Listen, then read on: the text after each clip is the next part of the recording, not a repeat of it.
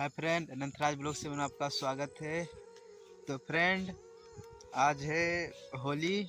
आप सभी को ढेर सारी शुभकामनाएं और आपको परिवार को भी।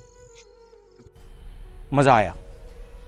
फ्रेंड देख सकते हैं शाम हो गया है, आए हुए हैं बूट अगोरने चना, जो कि गांव के लोग आते हैं और चुरा के लेके चल जाते हैं, इसीलिए आए हैं खेत देखने।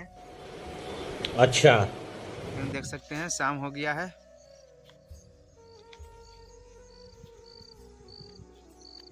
देख सकते हैं फ्रेंड, ये सब मेरा है। देख सकते हैं शाम हो गया है और आए हुए हैं खेत में। तो फ्रेंड देखिए, मेरा गांव देख सकते हैं इधर हुआ। ठीक है। फ्रेंड देख सकते हैं मेरा, ये देखिए मशीन हुआ जिससे पानी निकलता है। ये देखिए मेरा झोपड़ी है यहाँ पे। तो फ्रेंड बस वीडियो में इतना ही। सपोर्ट कीजिएगा, प्यार दीजिएगा।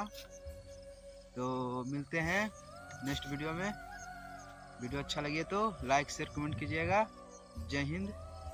और अगर तुम लोग नए हो तो सब्सक्राइब करो, वो जो लाल वाला बटन है उस पर फूट फेंक के मारो या फिर मोमबत्ती, मुझे नहीं पता, बस क्लिक हो जाना चाहिए।